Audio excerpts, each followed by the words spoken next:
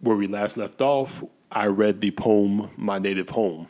And this poem was about how, even though he was a black slave, he had no aspirations to go into Liberia or going back to Africa because the South was his home.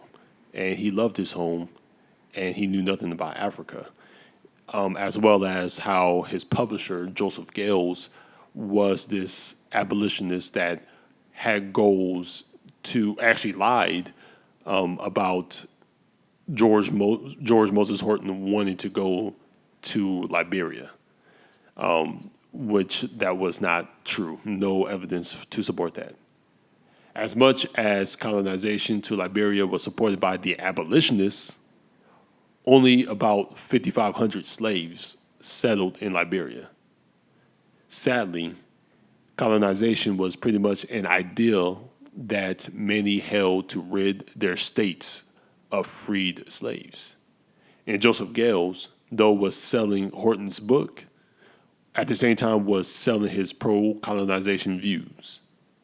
Honestly, Joseph Gales kind of downplayed the brilliance of George Moses Horton, for he referred to him in many interesting titles such as a homegrown amateur poet, and even claimed that his original poems were, and I quote, all written down by others.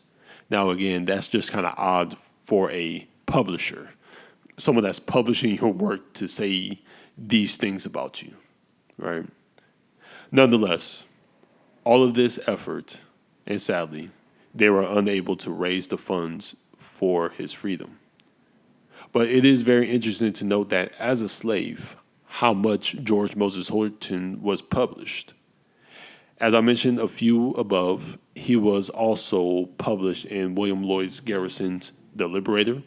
He was published in the Southern Literary Messenger in April of 1843 and The Museum. Although Horton remained a slave, especially in the midst of the rise of more radical abolitionists, slave rebellions, and more tensions between the races and between the states as the North were becoming more aggressive, George Moses Horton never thought to partake or incite slave insurrections and was content with just selling his poetry. As I say this does not mean George Moses Horton was unaware of the going-ons of the times. Despite laws becoming more stricter for slaves and so-called black folks, in his address of 1859, George Moses Horton took the courage to comment on the issues. He states, and I quote, "The nation's productions have long been dwindling at the shrine of depreciation and exhausted commerce. Peace has sunk into the confusions of parties, contending for the rights of liberty and laws. He feared for, and I quote, the dissolution of national union, and bewailed a policy which set the Union in the fire of faction which still cannot be extinguished but with blood which must proceed from the hands of sectional havoc." It is very much quaint, yet extraordinary that a slave speaking in the public in the South was very aware of the political tensions between the states and knew the sense of the coming American Civil War. Now, though I mentioned this, let us not jump the gun and try to paint a picture as if George Moses Horton was a poet intentionally trying to start revolutions for the freedom of black folks. His gift was poetry, and he genuinely wanted his poetry to be spread. And as much as the abolitionists tried to use Horton for their agenda, because that's what they were pretty much doing, Horton was willing to be used and used them to push his personal agenda, which was to spread his poetry and, of course, freedom. And I'm not saying this in the bad sense either. What I mean by this is that he attempted to appeal to William Lloyd Garrison, who at this time was abhorred throughout the South, yet still well known, popular. However, communication betwixt them, unfortunately, fell through. This still did not discourage Horton from getting his poetry published. Horton and his supporters circulated a subscription list at UNC Chapel Hill, gathering 99 subscribers for the publication of the poetical works. 81 of his subscribers were students of Chapel Hill. The rest included the mayor of Chapel Hill and UNC's president, David Swain.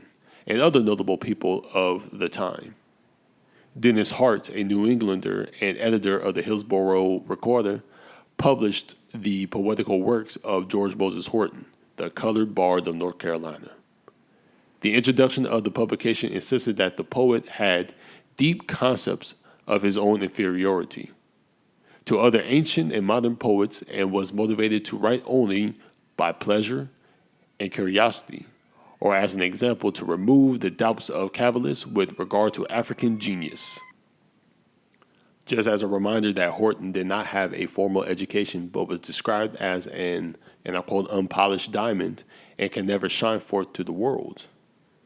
Though this was an era where slavery was normal, yet many were fighting against it, Horton's publication abstained from the topic of slavery and hopes from freedom very much. Not saying that he did not talk about it, it just wasn't as much as you would think. And sticking to the hopes of freedom, the sales from the poetical works was not enough to buy his freedom. In 1852, Horton was about 55 years old. At this time, Hall Horton, George's slave master, still did not agree to selling George's freedom. What I find interesting is how free George Horton was able to petition for his freedom while in bondage. The poet begged UNC Chapel Hill's president David Swain to buy him in order to alleviate the 8-mile commute from the farm to the campus. The price was $250, and Horton even promised to serve Swain, quote, to the best of his ability, and to even pay him back with the money he plans on receiving from the publication of his book of poems. Swain filed the letter and told Horton to write to Horace Greeley, editor of the New York Tribune. On September 11, 1852, Horton did that, and instead of asking for $250, he asked for $175, which suggests possibly that Hall Horton dropped George's price. Now, on the back of the letter, George Horton wrote this poem called The Poet's Feeble Petition. The Poet Feeble's Petition by George Moses Horton. Bewailing mid the ruthless wave, I lift my feeble hand to thee. Let me no longer live a slave, but drop these fetters and be free. Why will regardless fortune sleep, deaf to my penitential prayer, or leave the struggling bard to weep, alas, and languish in despair? He is an eagle void of wings, aspiring to the mountain's height. Yet in the vale aloud he sings, for pity's aid to give him flight. Then listen, all who never felt for fettered genius heretofore. Let hearts of petrifaction melt, and bid the gifted Negro soar. All the efforts of George Horton was ultimately a failure and had to wait many years for his emancipation. But in the meantime, his poetry was still being published in newspapers like the Chapel Hill Gazette and the Emancipator. Now, his most unusual achievement was in 1859 to young gentlemen of the freshman class. He gave a 29-page oration called The Address, the Stream of Liberty and Science. Now, I will not be reading the speech, for the speech is way too long, but I will leave a link for you to read on your own, and maybe I will dedicate a video to dissect it in full. Probably not. But I will say, the address offers important insights into Horton's heart and mind as a 62-year-old man. In the poem, The Pleasures of College Life, Horton expresses the same views from his address, which was taking up the proxy parental minister role that exhorts the youth who have, and I quote, gone astray, like Ephraim to his idols, or the rebellious Israelites, and to avoid the vanity of vanities, or, and I quote, the shrine of tottering Bacchus, that detract from the pursuit of knowledge and culture of faculties rationale. Without further ado, let us read. On the Pleasures of College Life by George Moses Horton.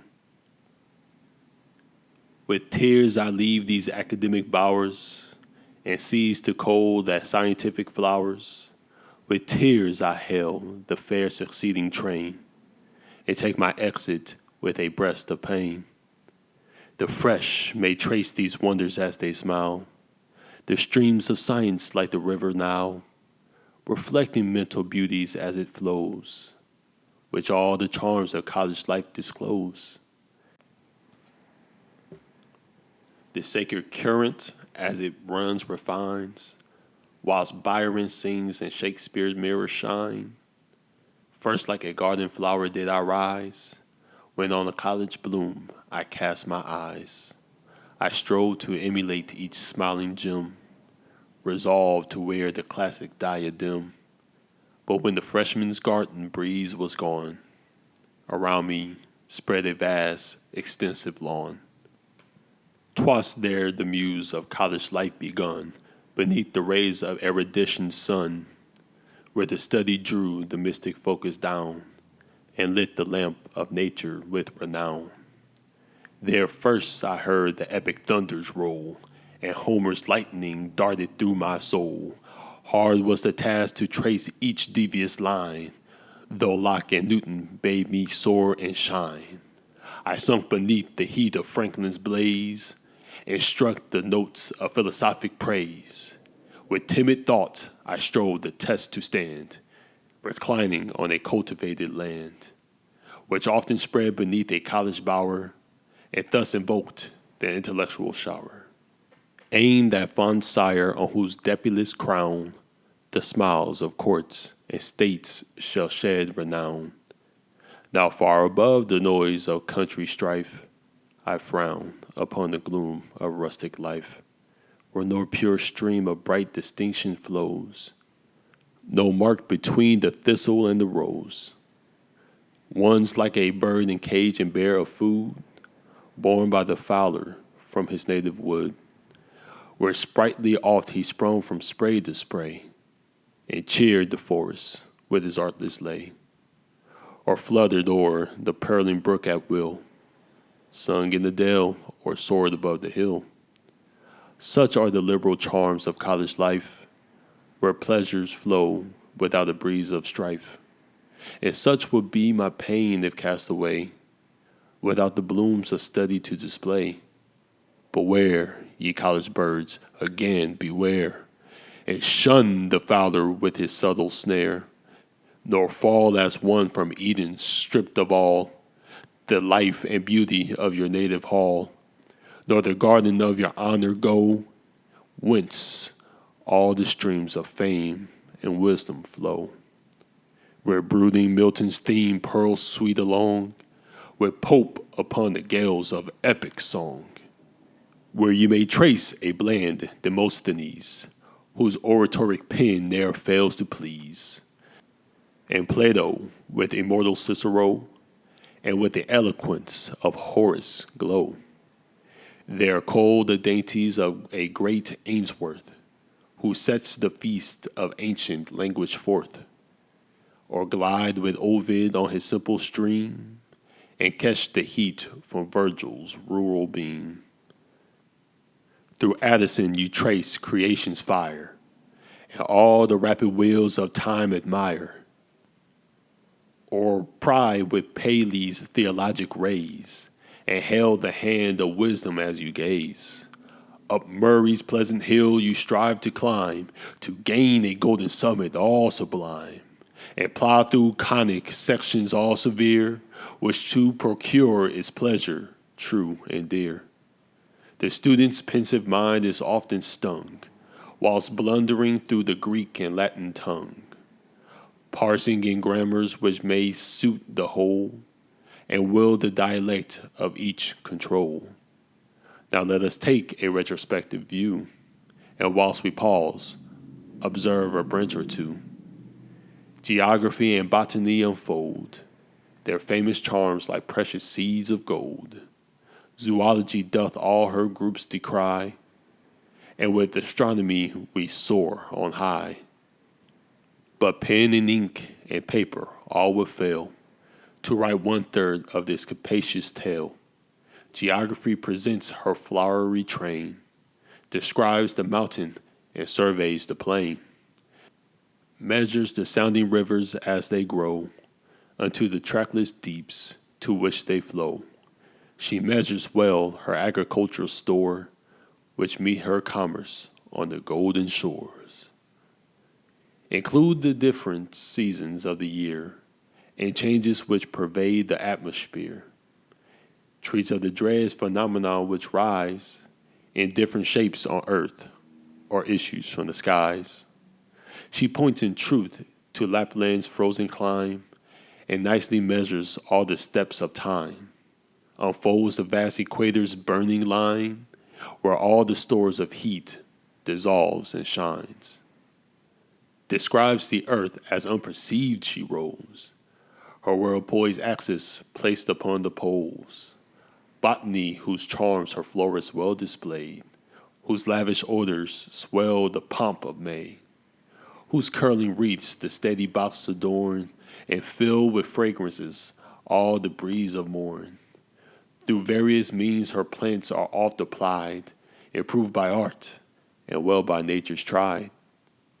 Through her the stores of herbage are unrolled, all which compose the vegetable world, even the sensitivities which feel and shrink from slightest touches, though they cannot think, not yet rejoice, void of the power to fear, or sense to smell, to see, to taste, or hear. Zoology, with her delightful strain, doth well the different animals explain, from multipeds to emmets in the dust, and all the groveling reptiles of disgust. She well decries the filthy beetles blind, with insects high and low, of every kind. She with her microscope surveys the might, which ne'er could be beheld by naked sight. Thence she descends into the boundless deep, where dolphins play and monsters slowly creep. Explores the foaming main from shore to shore, and hears with awe the dashing sea bull roar. Traces enormous whales exploding high, their floods of briny waters to the sky. Describes the quadrupeds of every shape, the bear, the camel, elephant, and ape, an artful monkey which but lack to talk, and like the human kind uprightly walk. Astronomy, with her aerial powers, lifts us above this dreary globe of ours. Throughout the realms of ether's vast expanse, her burning wings our towering minds advance. Measures her tropic well from line to line, and marks her rolling planets as they shine. Describes the magnitude of every star, and thence pursues her comets as they roll afar. But nature never yet was half explored, though by philosopher and bard adored. Astronomer and naturalist expire, and language that they could ascend no higher.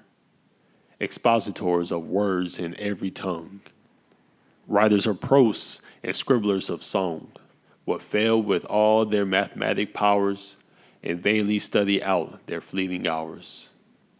Sir Walter Raleigh, Penn, and Robertson, with Morse and Snowden, who are dead and gone, they all were, though mused their lives away, and left 10,000 wonders to display. And though the fiery chemists probe the mind, their subterraneous bodies to define, though melting flames the force of matter try, rocks mix with brass and gold to pieces fly. And those who follow the electric muse, amidst the wilds of vast creation loose, themselves like pebbles in a swelling main, and strive for naught these wonders to explain. God himself, the monarch of the whole, would blush his empty parchments to unroll. These different branches to one ocean go, where all the streams of life together flow, where perfect wisdom swells the tide of joy, a tide which must eternity employ, a boundless sea of love without a shore, whose pleasures ebbs and flows forevermore. Volume divine, O thou the sacred dew, thy fadeless fields see elders passing through. Thy constant basis must support the whole, the cabinet and acclaim of the soul. It matters not through what we may have passed. To thee for sure support we fly at last. Encyclopedias we may wander o'er and study every scientific lore. Ancient and modern authors we may read. The souls must starve or on thy pastures feed. These biolithic charms will surely fall, and life grow dim within this college wall. The wheels of study in the mind would tire, if not supported by the constant fire. Greatest of all the precepts ever taught, maps and vocabularies dearly bought. Burns with his harp, Scott, Campbell, and their flowers will shrink without the everlasting showers. Theology, thou sweet science yet, beneath whose boughs the silent classic sits, and thus imbibe the sacred rays divine, which makes the mitred faculty to shine.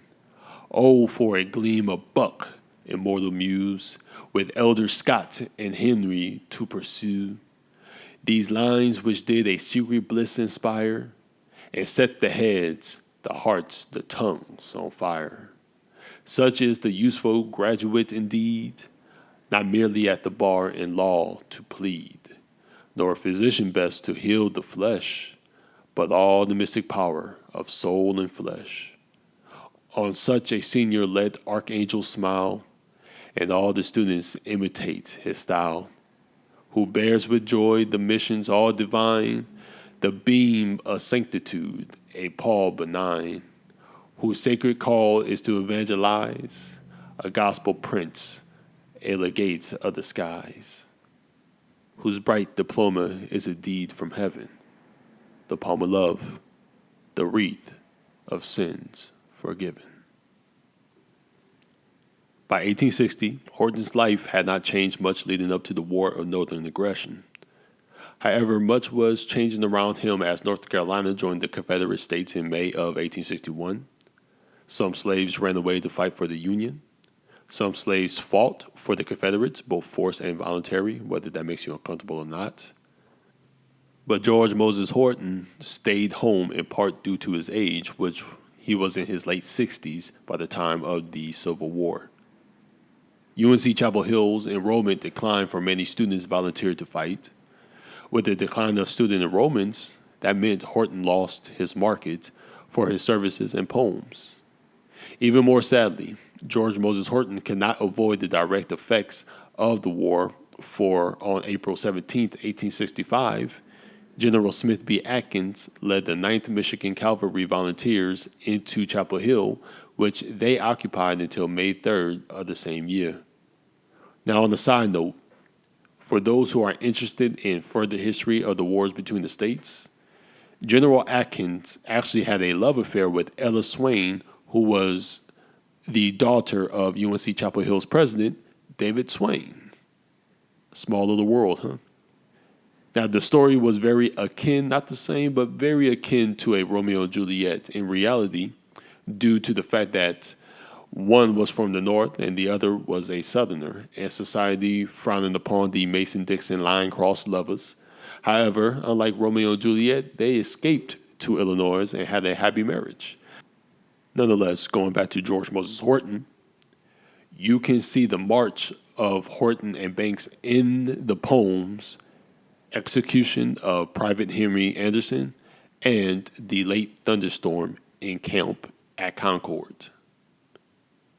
They then backtracked to Lexington, North Carolina, where on July 21st, the 9th Cavalry was released from service. Afterwards, they traveled east to Raleigh, North Carolina. In Raleigh, William B. Smith published Naked Genius by October 1st, 1865. This book consisted of 90 new poems that Horton wrote during his 3-month journey with the 9th Michigan Cavalry. It was inspirational for him because he was a man nearing his 70s, walking around 300 miles in the heat of May and June in North Carolina. And for those who has lived in the South during the summer, you know that this is like walking near Hell's Gates. However, he was inspired to write while on the journey, as General Banks stated that he worked both day and night composing poems for his books, as well as acrostics for the soldiers' sweethearts. Horton surely enjoyed his freedom, howbeit his poetry in Naked Genius hardly suggests how difficult Horton found those months on the road among strangers. You must remember, Horton was in bondage for his whole life, and I'll even add that he was less American and more North Carolinian than anything else. So though he was free, he kind of got homesick because all he knew was that small life, that small farm life in Catham and the countryside that led to Chapel Hill. That was his home. And he loved his home, whether that makes you uncomfortable or not.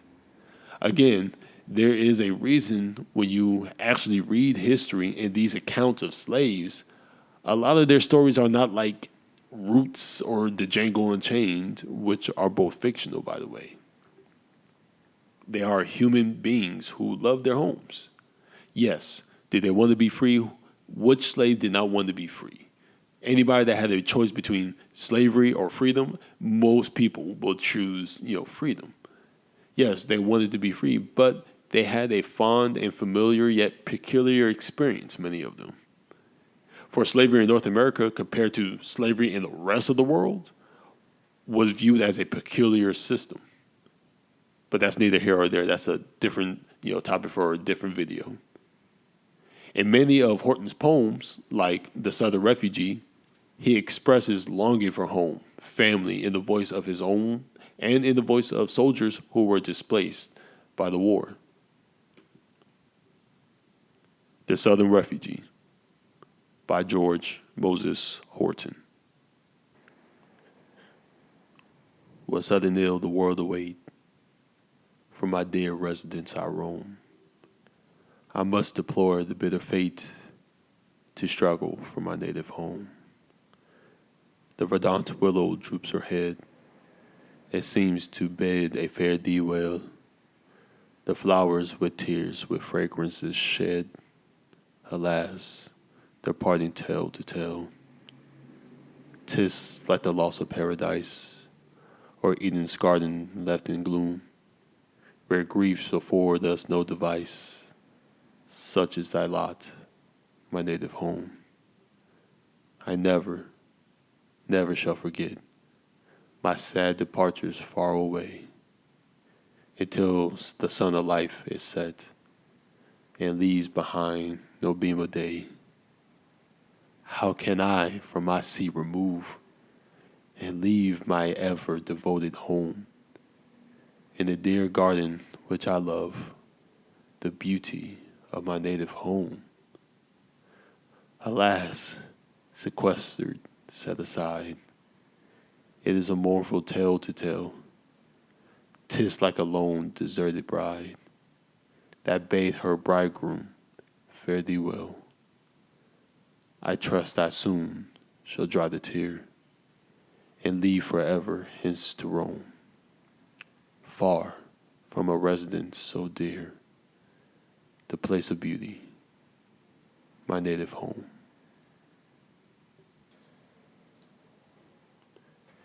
After the publication of The Naked Genius, General Banks promoted another book that was going to be written by George Moses Horton called The Black Poet. He stated that the book would contain Horton's life history and will prove to the public that God, in his infinite wisdom and mercy, created the black man for a higher and nobler purpose than to toil his life away under the galling yoke of slavery. Banks promoted this book as an energetic salesman. However, The Black Poet was never published. Sometime in 1866, Horton traveled to Philadelphia from Raleigh. He lived for another 18 years, but there is nothing more about that. What is known about his life during this time and where and how he died is unknown. But nevertheless, that is the story of George Moses Horton, the blackboard of North Carolina. Also, that's just a low-down gospel truth. Thank you for watching. I hope you enjoyed this presentation about George Moses Horton. Comment and tell me what you liked, disliked, what you learned. And if you enjoyed this episode, please do like, comment, and subscribe, and share the knowledge with your folks and kinfolks. And remember, the truth shall make you free. May the God of all knowledge have mercy and grace upon you all. Peace.